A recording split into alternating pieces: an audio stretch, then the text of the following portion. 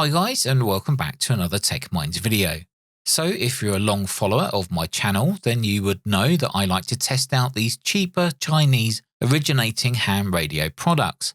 Well, in this video, we're going to take a look at a brand new 100 watt RF amplifier, which can cover from 3.5 MHz and then all the ham bands up to 29.7 MHz. Now don't confuse this with those cheaper bodged together products that we've seen in the past.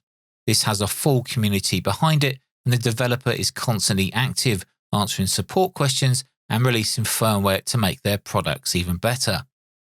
They even have a Facebook group dedicated to the products that this guy makes, and, well, the community is just great. The casing on this amplifier is a little different to what I've seen before.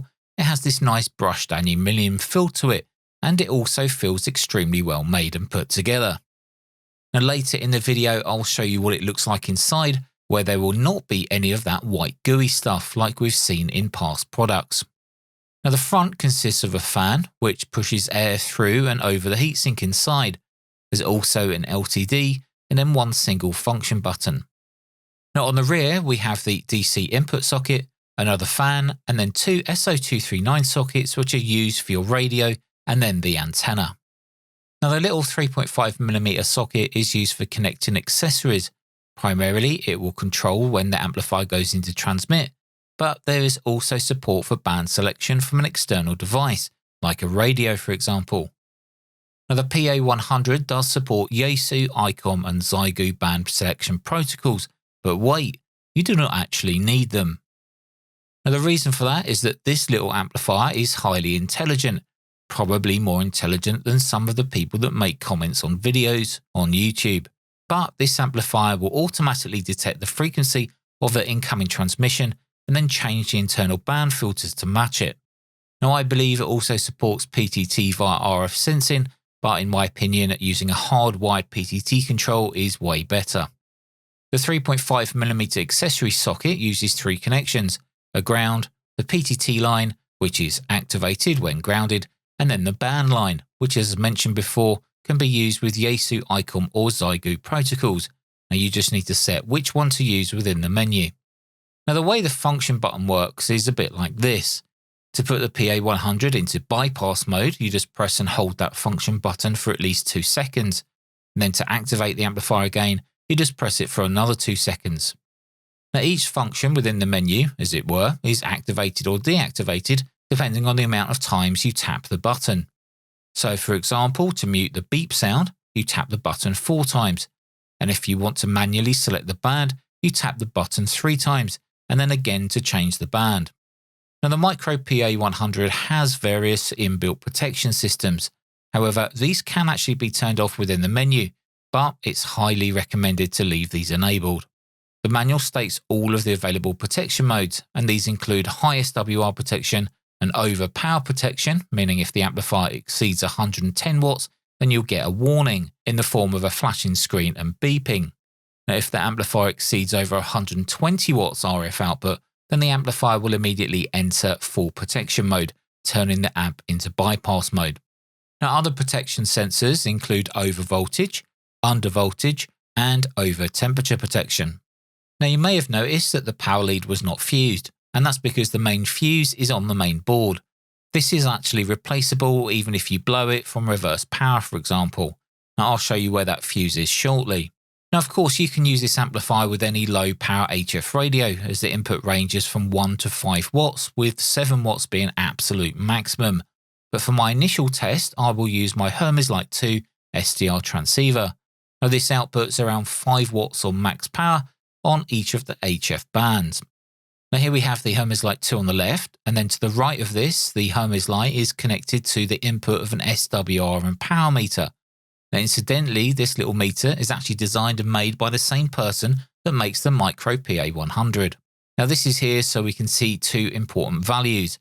First, we're going to see the power input to the amplifier, i.e. the output from the Hermes, and then secondly, we're going to see the SWR the Hermes sees when it's plugged into the amplifier. Now the output of that little meter is then fed to the input of the amplifier, and then the output of the amplifier is plugged into the input of my Nissei power meter, which is then obviously plugged into an RF dummy load. Now, as the Hermes Lite 2 is controlled over the network, down the bottom of the screen in the middle is Thetis. Now, this is an application that's used to control the Hermes Lite 2 as an actual transceiver, but using my computer. Now, I know the zoomed in screen at the top is not very clear as I would have liked, but you should be able to make out the power output when I transmit on the Hermes. Now, I start with a low power signal just using a test tone, just so that the amplifier will automatically change to the correct band.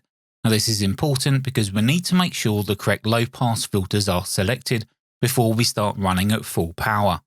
I then start to turn up the output power from the Hermes, and as I do, you can see the output on the amplifier also increases. Now, mostly across all the bands, the amplifier outputs more than 100 watts with just 5 watts drive coming from the Hermes Lite. Now, the only band which did not quite make 100 watts with a 5 watt drive was the 10 meter band, topping out at around 80 watts. In fact, those 20 watts difference would probably not make that much difference to the receiving station anyway. Now, as always, whenever I try and perform some kind of HF test for a video, the bands are literally flat, and today was no exception. However, I was able to make a nice contact on the 20 meter band using this setup. Mike 0 Delta Quebec Whiskey. Delta Quebec Whiskey only, please. Yes, it's Mike 0 Delta Quebec Whiskey. The name here is Mac. QSL? QSL, Mac, repeat again your prefix. The other station is standby, please. Only Delta Quebec Whiskey. Give me your prefix, please. Yes, it's Mike 0 Delta Quebec Whiskey. QSL? QSL, Mike 0 Delta Quebec Whiskey, 5x9. Thank you. Yeah, thank you very much. You're also 5x9. Good luck. Bye-bye. My call is Alpha Oscar 1 India Alpha Romeo Uniform special call. You are set. Okay, so lastly, let's take a look inside. Now, I think you can agree with me that this amplifier has been built to a high standard. The way the cable routing is placed, the lack of white gunk to hold things in place, 2 fans to keep it cool, and of course the nice heatsink on the underside of the board to help keep it cool during use. Now, the fuse that I mentioned earlier is located here on the board, just in case you ever need to replace one.